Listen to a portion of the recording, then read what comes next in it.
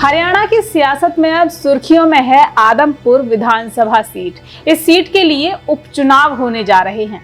आम आदमी पार्टी ने आदमपुर विधानसभा सीट पर उपचुनाव के लिए सतेंद्र सिंह का नाम घोषित किया है।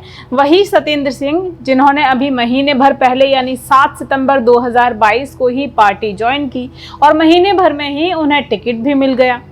अब हरियाणा की सियासत की बात हो और चौटाला नाम सुनाई न दे, ये भला कैसे हो सकता है। तो इस मुद्दे पर भी हरियाणा के डिप्टी सीएम दुष्यंत चौटाला बोलते नजर आए हैं। आज उन्होंने दिल्ली में हिसार एविएशन हब संबंधित योजनाओं के बारे में मीडिया कर्मियों से बातचीत की, जहां एयर कार्गो के क्षेत्र में आने वाले दशक की चुनौतियों और अवसरों के विषय पर बात करने के साथ साथ उन्होंने आदमपुर उपचुनाव, पंचायत चुनाव, विपक्षी नेताओं के बयान, चेयरमैनशिप में बदलाव, अनाज भंडारण आदि विषयों पर भी पत्रकारों के सवालों के जवाब दिए और इस बातचीत का पूरा वीडियो अपने ट्विटर अकाउंट से साझा भी किया। सुनिए पत्रकारों से बातचीत के दौरान किन किन सवालों पर क्या क्या बोले डिप्टी सीएम दुष्यंत चौटाला।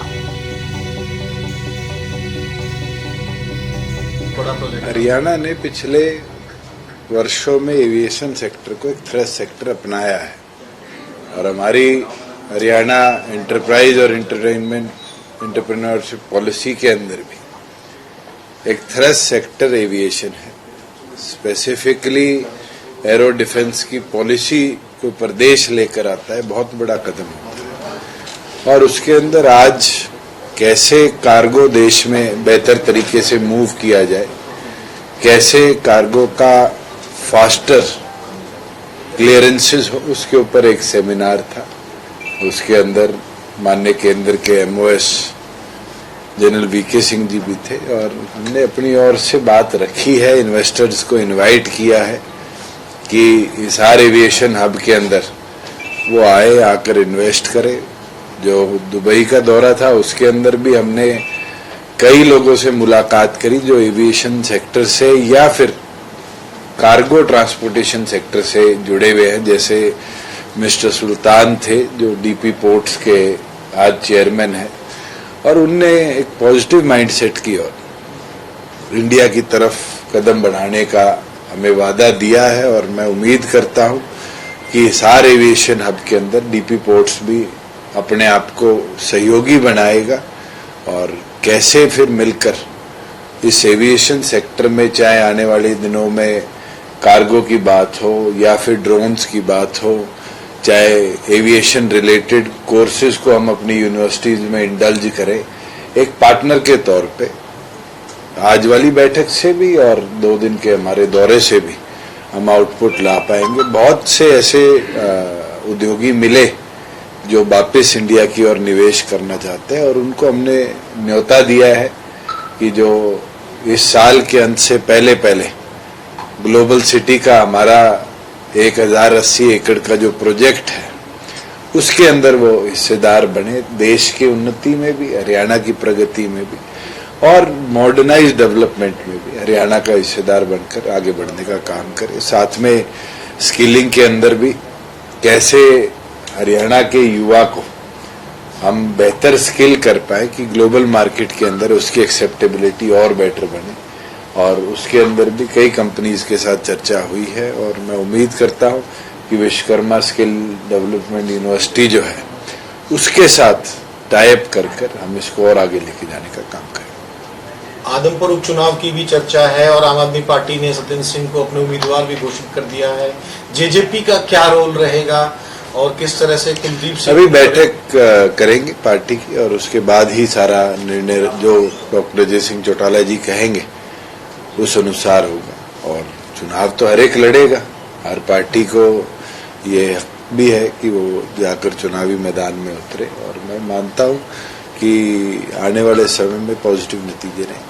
भूपेंद्र सिंह हुड्डा एक बात है, एक लॉजिक देते हैं, वो कहते हैं कि जो हिसार वाली बेल्ट थी 4 से 5-6 जो सीट थी वो कहीं ना कहीं सरकार के विरोधी न जीती थी, जेजेपी भी उस समय सरकार के विरोधी थी। ऐसे में चैलेंज है सत्ताधारी पार्टी के लिए, भले कुलदीप को ले आए। एक चीज पूछता हूं आपसे, क्या वो कांग्रेस के हक में जीती थी जो जेजेपी ने जीती थी? आज बारी बारी ये कहना कि बीजेपी के विरोध में जीती थी, तो कांग्रेस के भी विरोध में जीती थी और जो कैंडिडेट आदमपुर से रिजाइन कर हटा है वो कांग्रेस छोड़कर गया है, ना कि किसी और पार्टी से रिजाइन किया है। तो भूपेंद्र सिंह हुड्डा को तो अपनी अंतरात्मा से ये पूछना चाहिए कि उनकी टीम में मेंबर कितने बचे और कैसे वो आगे बढ़े। पंचायत चुनाव को लेकर चुनाव आज ऐलान हो रहा है, एसपीसी करने वाले हैं। बिल्कुल, स्टेट इलेक्शन कमिश्नर का ऑफिशियल ऑर्डर आया है कि वो चुनाव डिक्लेयर करें।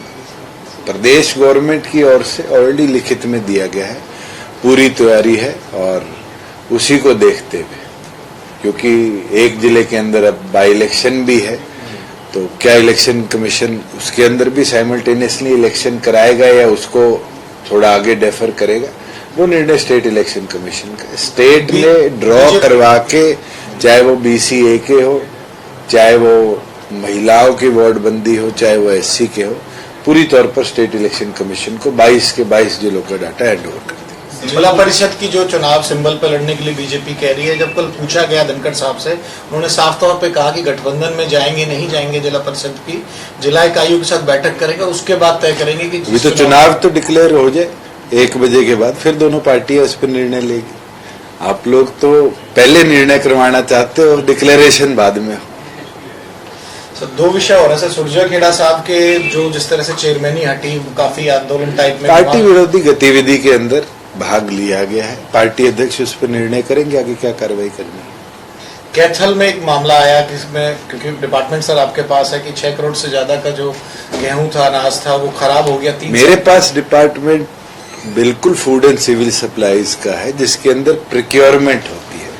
अनाज किसके भंडारण में था वो अलग अलग विभागों का, अगर FCI के भंडारण में था तो गवर्नमेंट ऑफ इंडिया का है, अगर वो वेयर हाउसिंग के था तो वो कॉर्पोरेटिव डिपार्टमेंट का है, अगर वो एफेड के था तो वो एग्रीकल्चर डिपार्टमेंट का है, और अगर वो फूड एंड सिविल सप्लाईज के गोदाम में था तो फिर उस पर मैं जवाब सर। तो पहले ये क्लैरिटी आप जरूर रखा करिए, प्रोक्योरमेंट के दौरान गड़बड़ होगी तो हम मॉनिटरिंग अथॉरिटी, प्रोक्योरमेंट के बाद वो किसकी कस्टडी में रहता है फिर वो डिपार्टमेंट उसका जिम्मेवार है। सर मैं सॉरी उसी सवाल के ऊपर दोबारा पूछ रहा हूँ। आपने बड़ा स्ट्रॉन्ग मैसेज दिया, साफ तौर पे कहा कि सुरजा खेड़ा साहब जो थे पार्टी विरोधियों में थे, तो एक कड़ा मैसेज बाकी जो पार्टी के बिल्कुल है। पार्टी लाइन से कोई राइट लेफ्ट चलेगा तो संगठन तो ऐसे नहीं चलेंगे। संगठन के अंदर पार्टी ने एक नोटिस दिया, 9 नोटिस दिया, उसके बाद रिप्लाई नहीं आया तो पार्टी ने एक जिम्मेवारी उनसे वापस ली है। आगे पार्टी की जो कार्रवाई होगी वो प्रदेश अध्यक्ष, राष्ट्रीय अध्यक्ष देखेंगे। अभी तक का कोई जवाब आया उसके बाद कुछ? मेरे प्रीव्यू ही नहीं है। ये प्रीव्यू अगर पार्टी के सेक्रेटरी जनरल और पार्टी के प्रेसिडेंट इसको देखेंगे कि संगठन की गतिविधि को क्या देखें। सरकार की गतिविधि मेरा प्रीव्यू था और उस पर मैंने एक्शन लिया। आदमपुर उपचुनाव को लेकर चर्चाओं का दौर जारी है। बैठक होगी और उसके बाद फैसला होगा। जैसे डॉक्टर अजय सिंह चौटाला जी कहेंगे उस हिसाब से निर्णय भी होगा। पंचायत चुनाव के सवाल पर सशक्त जवाब की तैयारी पूरी है।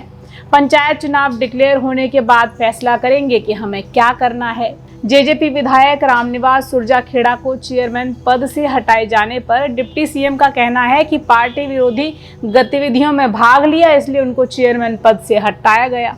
साथ ही एक सख्त संदेश भी दिया कि पार्टी के खिलाफ जो भी कार्यकर्ता चलेगा उसके खिलाफ कार्रवाई की जाएगी। तो आपने सुना कि हरियाणा के डिप्टी सीएम दुष्यंत चौटाला ने आज दिल्ली में पत्रकारों से बातचीत के दौरान क्या कुछ कहा।